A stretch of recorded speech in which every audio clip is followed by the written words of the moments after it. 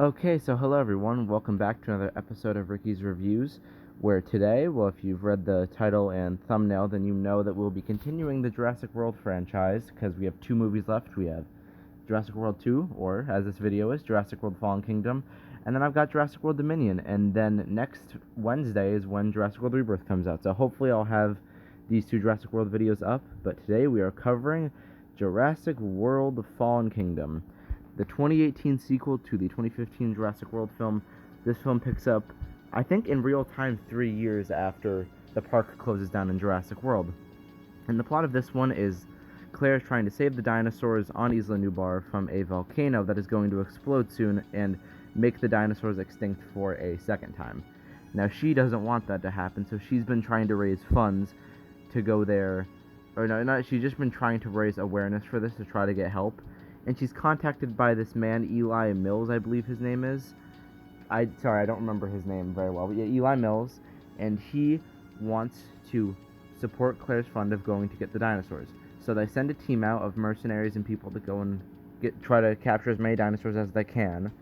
And Eli Mills says this is a reason for preserving the park, preserving his John Hammond's legacy, and that's actually interesting in this movie because Eli Mills is kind of like an assistant to this man named Benjamin Lockwood, who was John Hammond's original, founder and partner in making the parks.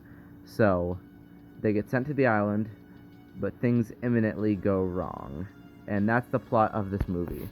So, what did I like and dislike about the film? So we'll start with the dislikes because I always like to get the negative out of the way. Some of the new characters in this movie felt like they could have been explained a little bit more. Like Zia and Franklin, they are two people that are sent to help Claire, and they are working in Claire's the Dinosaur Protection Agency. I believe that's what the group's called in the movie. But they help her, or are tasked with helping her to save the dinosaurs. Their characters aren't really explained a lot. They're kind of just one-dimensional, and that's kind of an issue with this movie, and that was kind of an issue that I forgot to touch up on in Jurassic World, is that a lot of the characters are kind of just one-dimensional. Like, they're out there, they're explained, and then that's really all you get from them. I feel like if the movie had a little bit more explaining for some of these characters, then it would have been a little bit better. But honestly, I guess there is only so much you can do with a movie about dinosaurs on an island with a volcano, so can't really fault them for that. And then another thing I didn't really like about the movie, the villain's motive was a little stupid. So this is where we're getting into some spoilers here. The reason they want the dinosaurs is to sell them. Putting dinosaurs on the real world and selling them for whoever the highest bidder. It just seems a little stupid. Like, you're going to let dinosaurs out into the mainland. What's going to happen with that? You're going to sell them and they're going to get into the wrong hands. And that's kind of what gets explained in Jurassic World Dominion. So, again, you can't really fault them for that because they did kind of put a little bit more elaboration. Just you had to wait a few years until Dominion to get that. But, yeah, that's what I disliked about the movie. Now here's what I liked about the movie. I really liked how they expanded upon all the different dinosaurs that were in Isla Nublar and how this movie was better marketed than Jurassic World. Jurassic World was not very marketed very well because they didn't think that it would set up a sequel. They just wanted to see how the Jurassic franchise would do. That's why that movie didn't really have the best toys. It didn't have a lot of marketing. This movie went all out with its marketing. They had websites to set up all the different creatures. The Dinosaur Protection Agency had its own website that you could go to and see what happened. And then they even had a Jurassic World website that would be in-universe, so you could see what was going on with the park. Like, this movie had a lot more advertising and setup, and that was one thing I liked. And they even had Dr. Pepper cans. I still have the one for the T-Rex for this movie. They had soda cans. Jurassic World didn't have that.